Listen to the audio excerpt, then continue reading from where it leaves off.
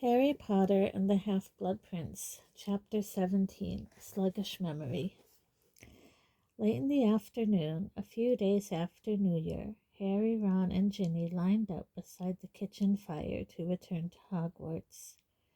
The Ministry had arranged this one-off connection to the flu network to return students quickly and safely to the school. Only Mrs. Weasley was there to say goodbye, as Mr. Weasley, Fred, George, Bill, and Fleur were all at work. Mrs. Weasley dissolved into tears at the moment of parting. Admittedly, it took very little to set her off lately. She had been crying on and off ever since Percy had stormed from the house on Christmas Day, with his glasses spattered with mashed parsnip, for which Fred, George, and Ginny all claimed credit. "Don't cry, Mum," said Ginny, patting her on the back as Mrs. Weasley sobbed into her shoulder. "It's okay." "Yeah, don't worry about us," said Ron, permitting his mother to plant a very wet kiss on his cheek.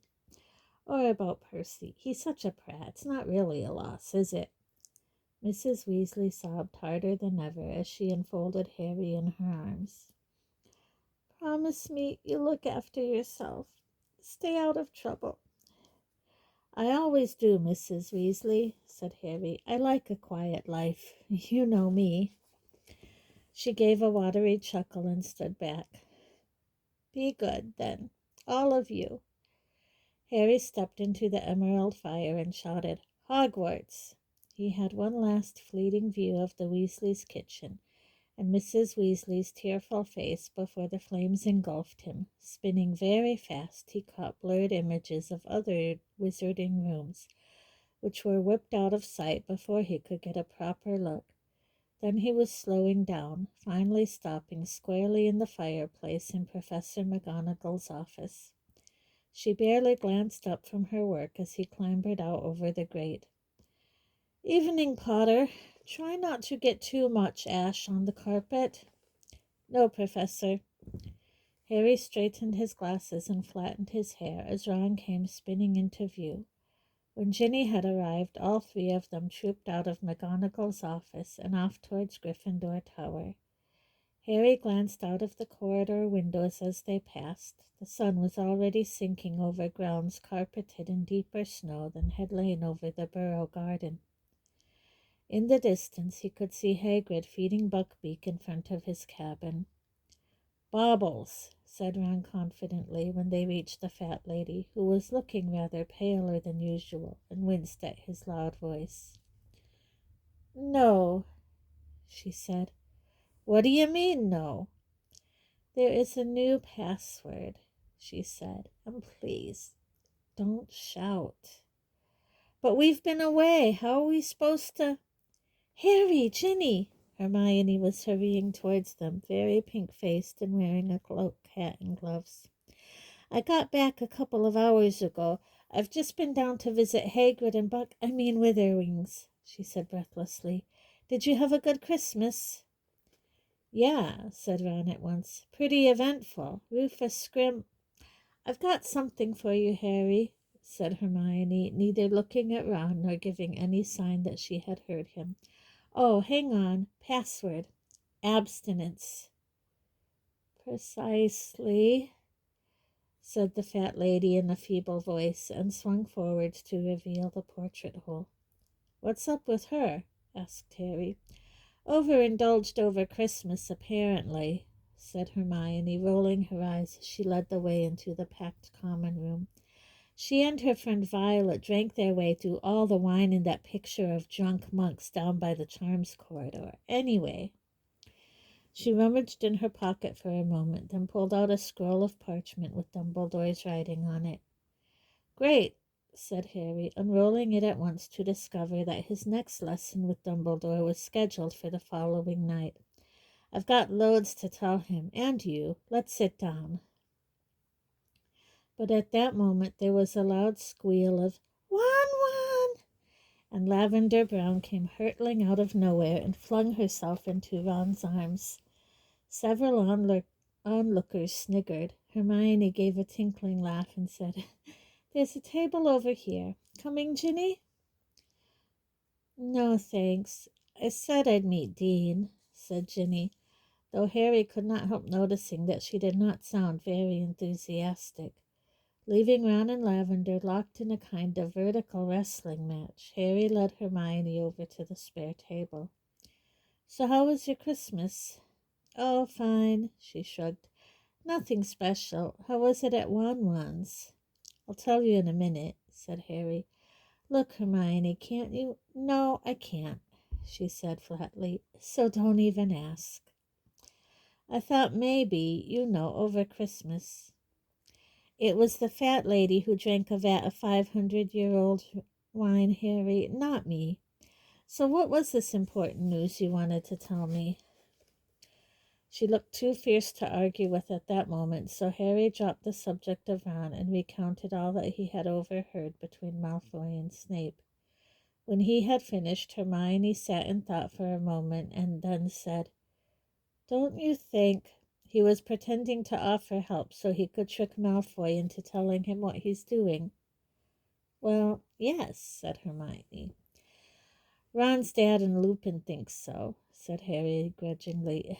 But this definitely proves Malfoy's planning something. You can't deny that. No, I can't, she answered slowly. And he's acting on Voldemort's orders, just like I said. Did either of them actually mention Voldemort's name? Harry frowned, trying to remember. I'm not sure. Snape definitely said your master, and who else would that be? I don't know, said Hermione, biting her lip. Maybe his father? She stared across the room, apparently lost in thought, not even noticing Lavender tickling Ron. How's Lupin? Not great, said Harry, and he told her all about Lupin's mission among the werewolves and the difficulties he was facing. Have you heard of this Fenrir Greyback? Yes, I have, said Hermione, sounding startled. And so have you, Harry. Win, History of Magic. You know full well I never listened. No, not History of Magic. Malfoy threatened Borgin with him, said Hermione. Back in Knockturn Alley, don't you remember? He told Borgin that Greyback was an old family friend and that he'd be checking up on Borgin's progress. Harry gaped at her. I forgot. But this proves Malfoy's a Death Eater. How else could he be in contact with Greyback and telling him what to do? It is pretty suspicious, breathed Hermione, unless... Oh, come on, said Harry in exasperation. You can't get round this one. Well, there is the possibility it was an empty threat. You're unbelievable, you are, said Harry, shaking his head. We'll see who's right. You'll be eating your words, Hermione, just like the Ministry. Oh, yeah, I had a row with Rufus Scrimgeour as well. And the rest of the evening passed amicably, with both of them abusing the Minister for Magic. For Hermione, like Ron, thought that after all the Ministry had put Harry through the previous year, they had a great nerve asking him for help now.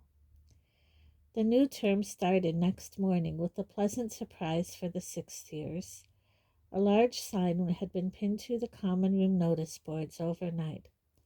Apparition lessons. If you are 17 years of age or will turn 17 on or before the 31st of August, you are eligible for a 12-week course of apparition lessons from a Ministry of Magic apparition instructor.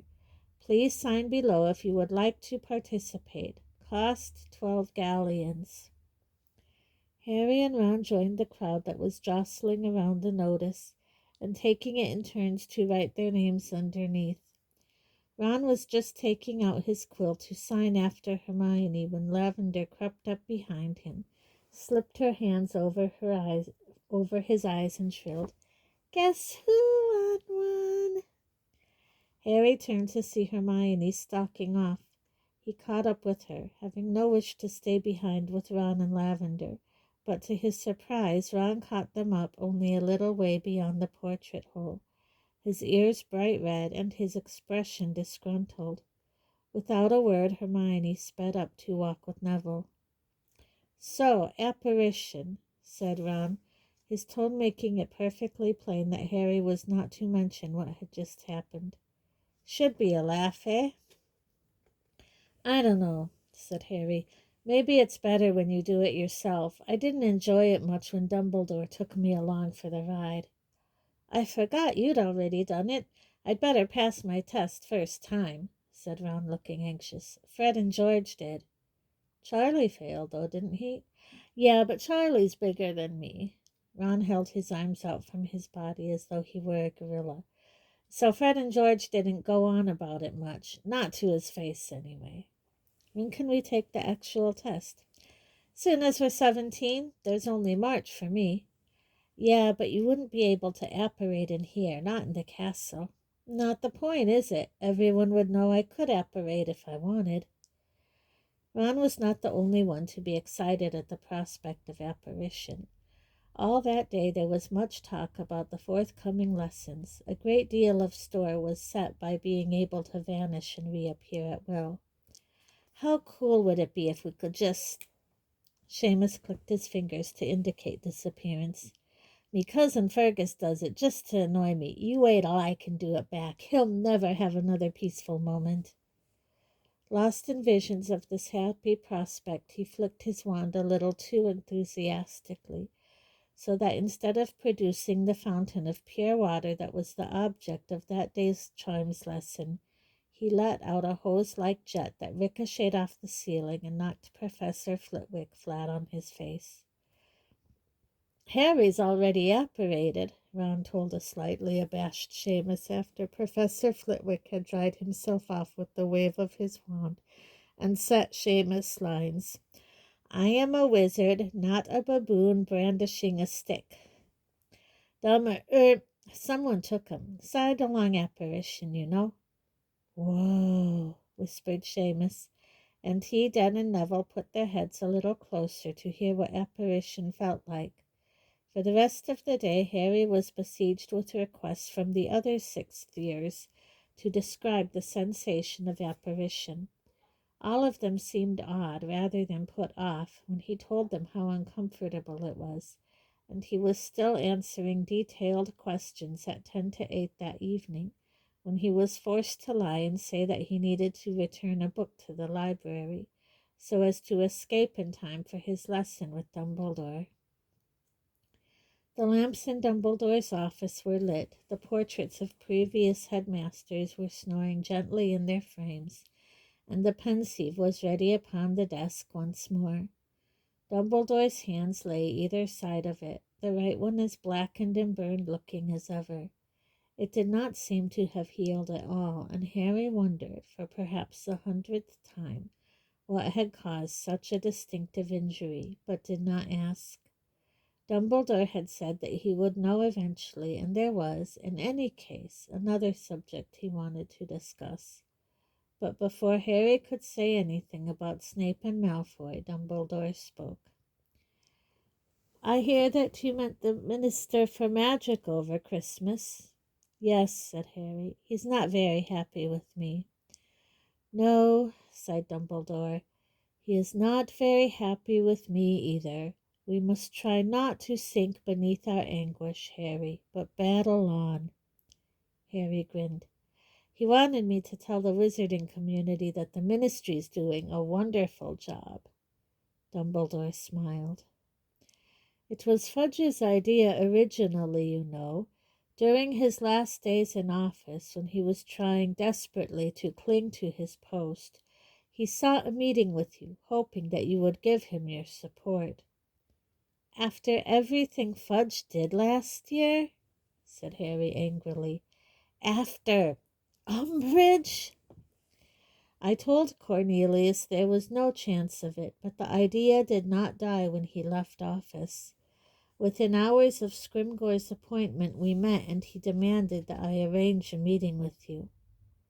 So that's why you argued, Harry blurted out. It was in the Daily Prophet. The prophet is bound to report the truth occasionally, said Dumbledore, if only accidentally.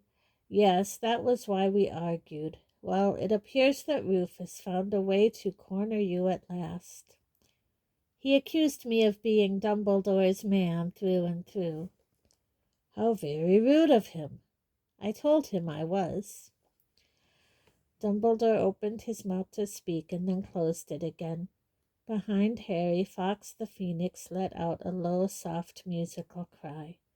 To Harry's intense embarrassment, he suddenly realized that Dumbledore's bright blue eyes looked rather watery and stared hastily at his own knees. When Dumbledore spoke, however, his voice was quite steady. I am very touched, Harry. Scrimgeour wanted to know where you go when you're not at Hogwarts, said Harry, still looking fixedly at his knees. Yes, he is very nosy about that, said Dumbledore, now sounding cheerful, and Harry thought it safe to look up again. He has even attempted to have me followed. Amusing, really. He set Dawlish to tail me. It wasn't kind. I have already been forced to jinx Dawlish once. I did it again with the greatest regret. So they still don't know where you go? Asked Harry, hoping for more information on this intriguing subject.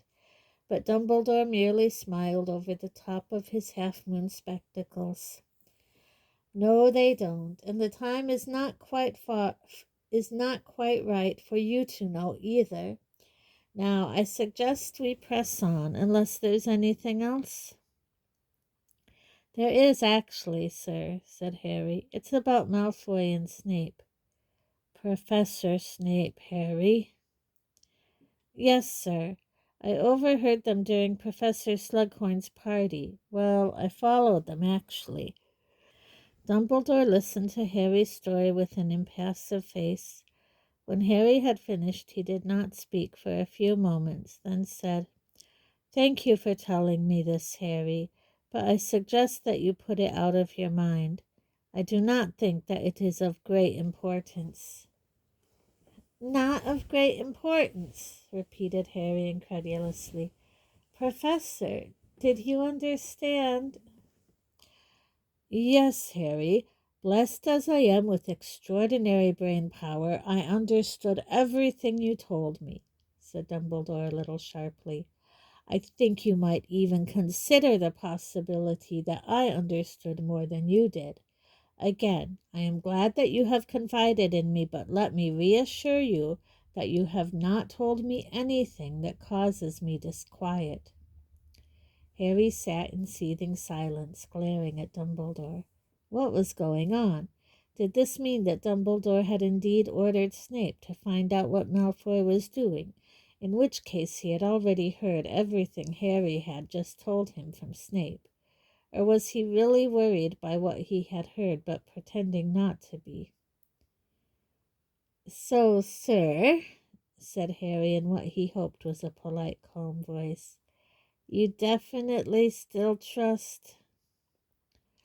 I have been tolerant long enough to answer that question already, said Dumbledore, but he did not sound very tolerant any more. My answer has not changed. I should think not, said a snide voice. Phineas Nigellus was evidently only pretending to be asleep. Dumbledore ignored him. And now, Harry, I must insist that we press on. I have more important things to discuss with you this evening. Harry sat there, feeling mutinous. How would it be if he refused to permit the change of subject, if he insisted upon arguing the case against Malfoy? As though he had read Harry's mind, Dumbledore shook his head. Ah, Harry, how often this happens, even between the best of friends.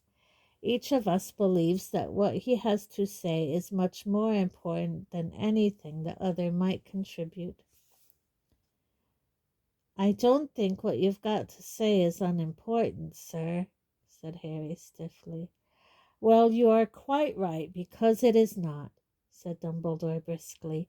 I have 2 more memories to show you this evening, both obtained with enormous difficulty, and the second of them is, I think, the most important I have collected.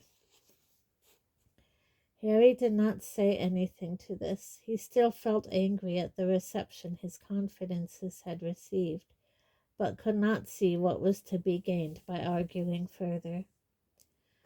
"So," said Dumbledore in a ringing voice, "we meet this evening to continue the tale of Tom Riddle, whom we left last lesson poised on the threshold of his year at Hogwarts. You will remember how excited he was to hear that he was a wizard, that he refused my company on a trip to Diagon Alley, and that I, in turn, warned him against continued thievery when he arrived at school. Well, the start of the school year arrived, and with it came Tom Riddle, a quiet boy in his second-hand robes who lined up with the other first-years to be sorted. He was placed in Slytherin House almost the moment that the sorting hat touched his head," continued Dumbledore, waving his blackened hand towards the shelf over his head where the sorting hat sat, ancient and unmoving. "How soon Riddle learned that the famous founder of the house could talk to snakes, I do not know. Perhaps that very evening. The knowledge can only have excited him and increased his sense of self-importance. However, if he was frightening or impressing fellow Slytherins with displays of Parseltongue in their common room, no hint of it reached the staff. He showed no sign of outward arrogance or aggression at all. As an unusually talented and very good-looking orphan, he naturally drew attention and sympathy from the staff almost from the moment of his arrival. He seemed polite, quiet, and thirsty for knowledge. Nearly all were most favorably impressed by him. Didn't you tell them, sir, what he'd been like when you met him at the orphanage?" asked Harry. "No, I did not.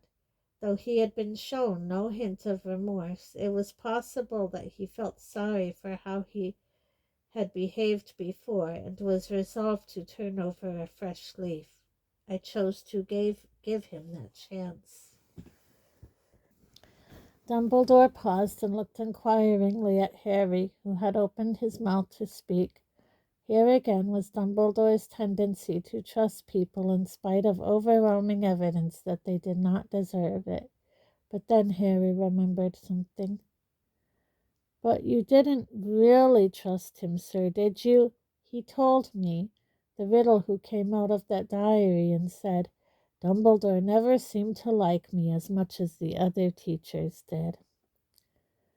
"Let us say that I did not take it for granted that he was trustworthy," said Dumbledore.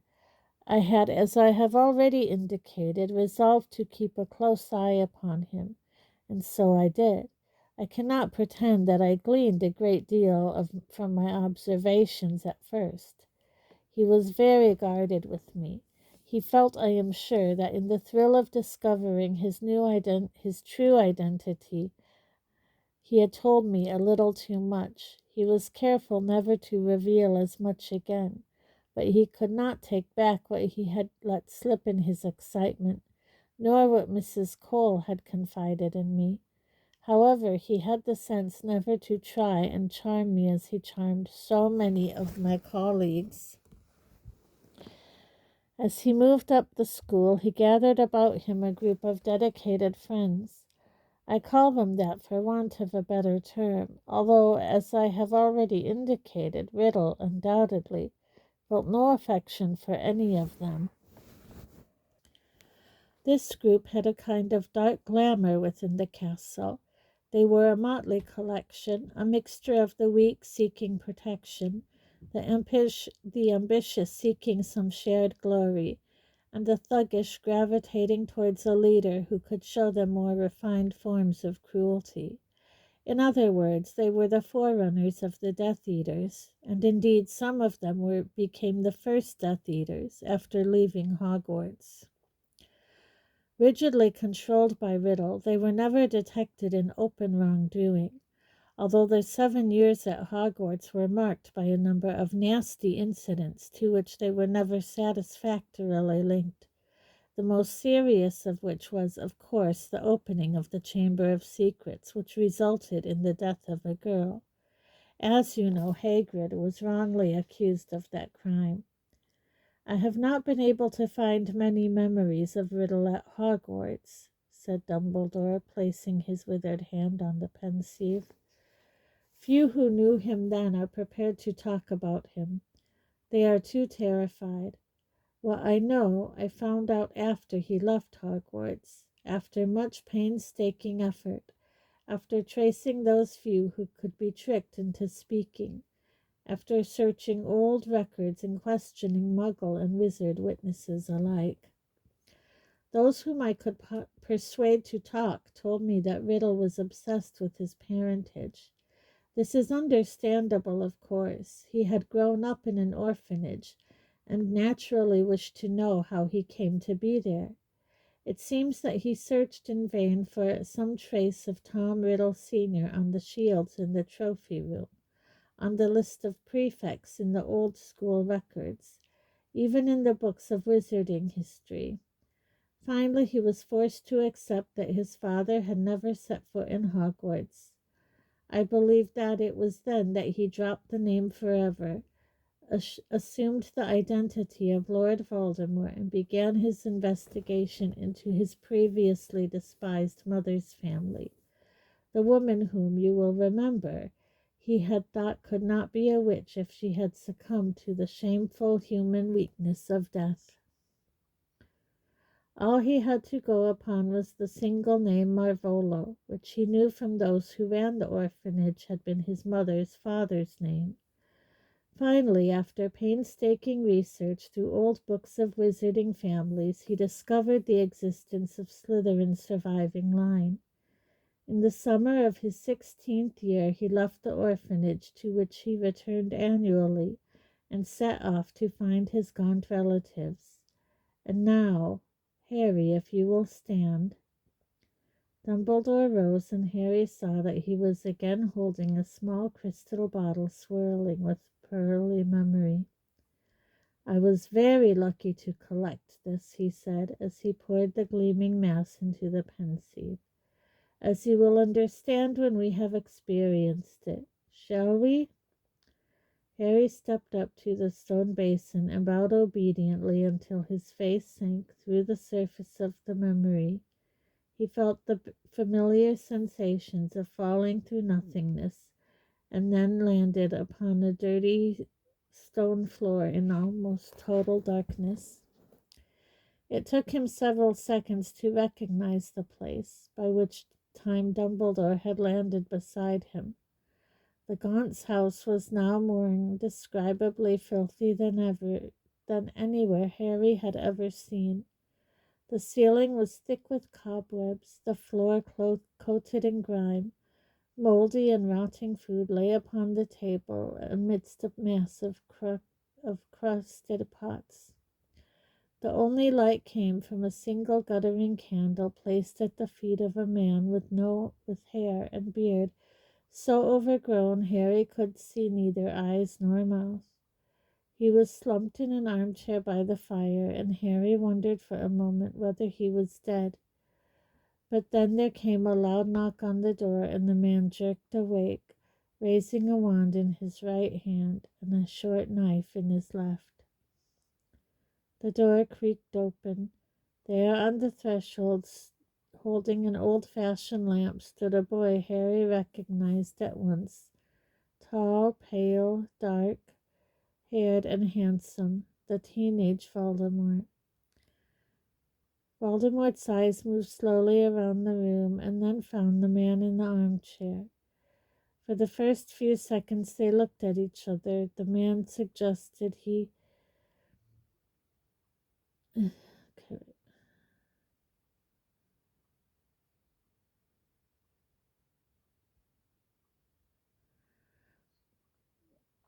Okay, for a few seconds they looked at each other. Then the man staggered upright, the many bottles at his feet clattering and tinkling across the floor. "You!" he bellowed. "You!" And he hurtled drunkenly at Riddle, wand and knife held aloft. "Stop!" Riddle spoke in parcel tongue. The man skidded into the table, sending moldy pots crashing to the floor. He stared at Riddle. There was a long silence while they contemplated each other. The man broke it. "You speak it?" "Yes, I speak it," said Riddle. He moved forwards into the room, allowing the door to swing shut behind him. Harry could not help but feel a resentful admiration for Voldemort's complete lack of fear. His face merely expressed disgust and perhaps disappointment. "Where is Marvolo?" he asked. "Dead," said the other. "Died years ago, didn't he?" Riddle frowned. "Who are you, then?" "I'm Morphin, ain't I? Marvolo's son. Course I am, then." Morphin pushed the hair out of his dirty face, the better to see Riddle, and Harry saw that he wore Marvolo's black stoned ring on his right hand. "I thought you was that muggle," whispered Morphin. "You look mighty like that muggle." "What muggle?" asked Riddle sharply. "That muggle what my sister took a fancy to. That muggle what lives in the big house over the way," said Morphin, and he spat unexpectedly upon the floor between them. "You look right like him, Riddle, but he's older now, isn't he? He's older'n you now I think on it." Morphin looked slightly dazed and swayed a little, still clutching the edge of the table for support. "He come back, see?" he added stupidly.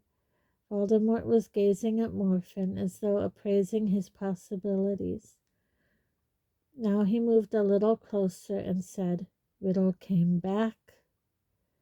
"Ah, he left her and served her right, marrying filth," said Morphin, spitting on the floor again.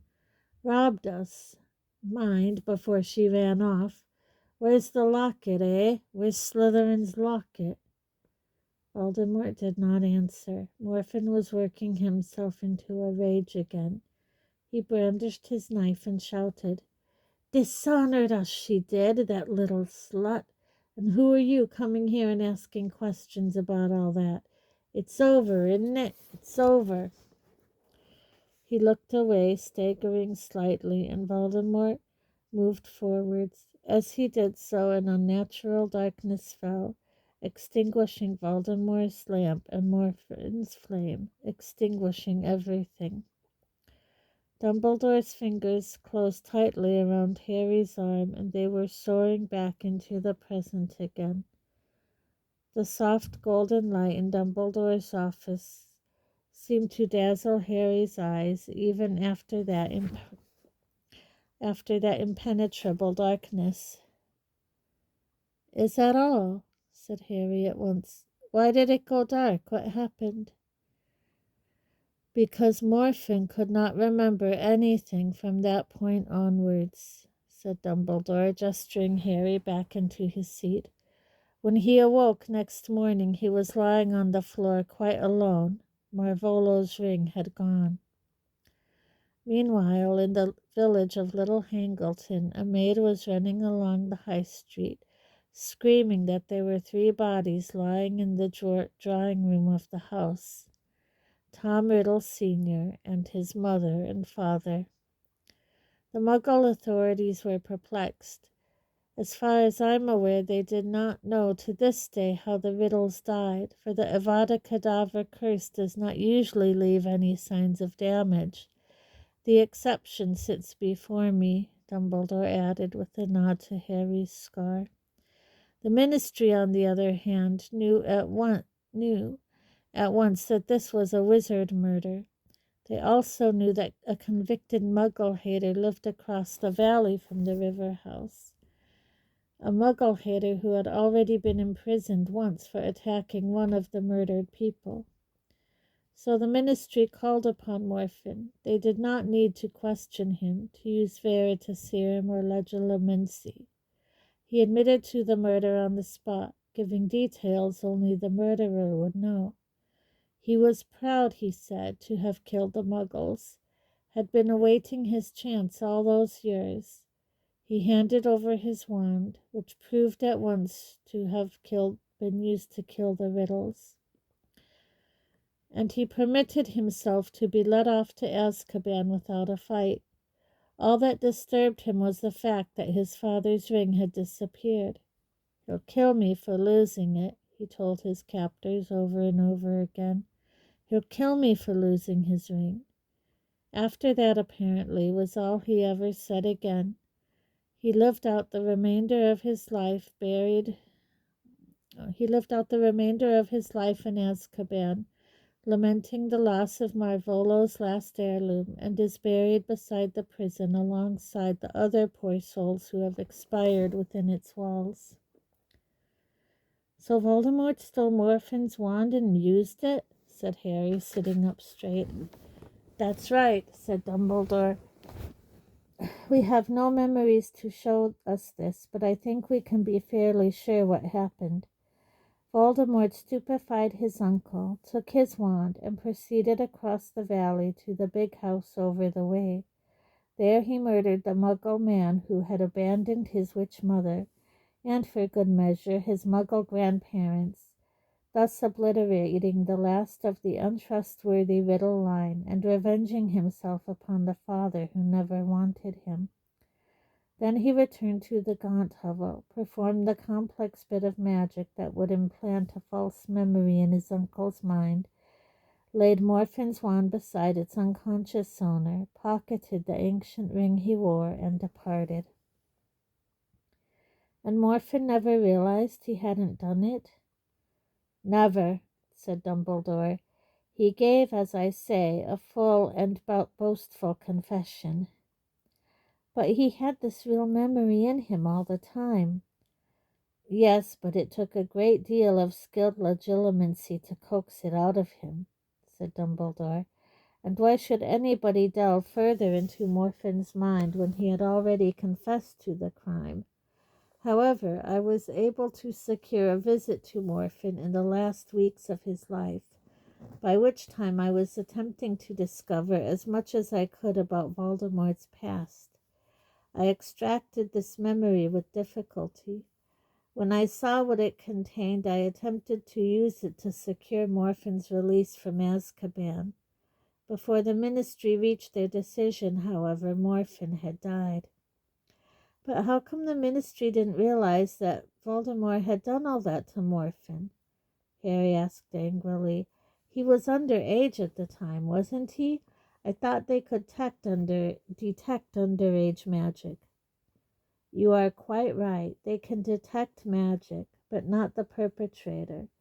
You will remember that you were blamed by the Ministry for the hover charm that was in fact cast by—" "Dobby," growled Harry. This injustice still rankled. "So if you're underage and you do magic inside an adult witch or wizard's house, the Ministry won't know?" "They will certainly be unable to tell who performed the magic," said Dumbledore, smiling slightly at the look of great indignation on Harry's face. "They rely on witch and wizard patterns to enforce their offspring's obedience while within their walls." "Well, that's rubbish," snapped Harry. Look what happened here. Look what happened to Morphin." "I agree," said Dumbledore. "Whatever Morphin was, he did not deserve to die as he did, blamed for murders he had not committed. But it is getting late, and I want you to see this other memory before we part." Dumbledore took from an inside pocket another crystal phial, and Harry fell silent at once, remembering that Dumbledore had said it was the most important one he had collected. Harry noticed that the contents proved difficulty to empty into the pensieve, as though they had congealed slightly. Did memories go off? "This will not take long," said Dumbledore when he had finally emptied the vial. "We shall be back before you know it. Once more into the pensieve, then." And Harry fell again through the silver lining, landing this time right in front of a man he recognized at once. It was a much younger Horace Slughorn. Harry was so used to him bald that he found the sight of Slughorn, with thick, shiny, straw-colored hair, quite disconcerting. It looked as though he had had his head thatched, though there was already a shiny galleon-sized bald spot on his crown. His mustache, less massive than it was these days, was gingery blonde.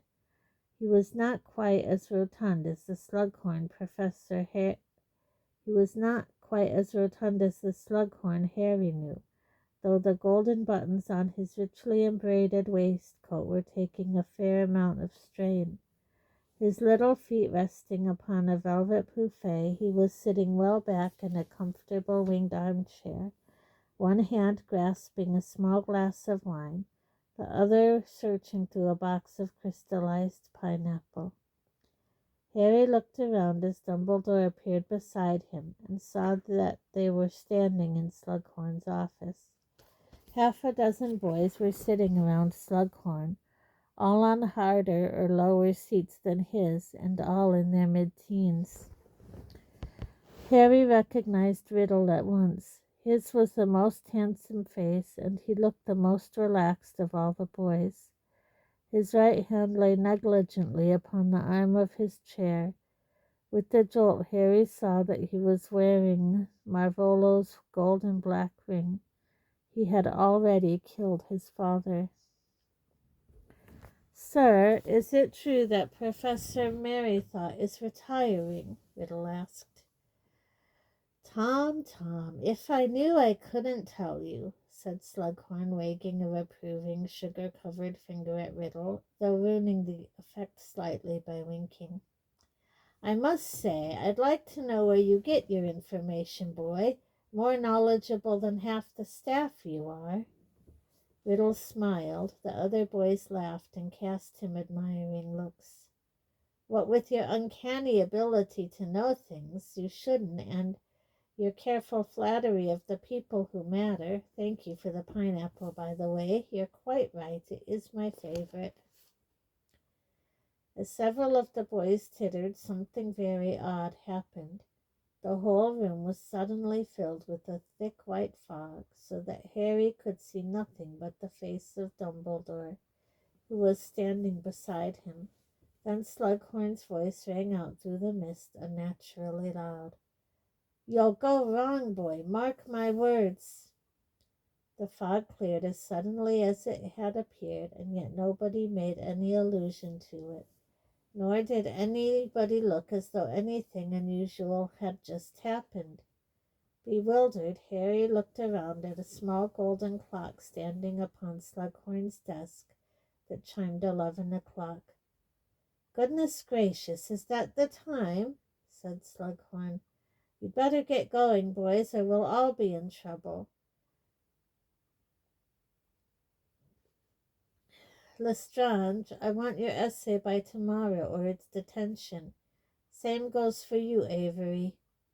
Slughorn pulled himself out of his armchair and carried his empty glass over to his desk as the boys filed out. Riddle, however, stayed behind. Harry could tell he had dawdled deliberately, wanting to be last in the room with Slughorn. "Look sharp, Tom," said Slughorn, turning around and finding him still present. "You don't want to be caught out of bed out of hours, and you a prefect." "Sir, I wanted to ask you something." "Ask away then, my boy, ask away." "Sir, I wondered what you know about Horcruxes." And it happened all over again. The dense fog filled the room so that Harry could not see Slughorn or Riddle at all, only Dumbledore, smiling serenely beside him. Then Slughorn's voice boomed out again, just as it had done before.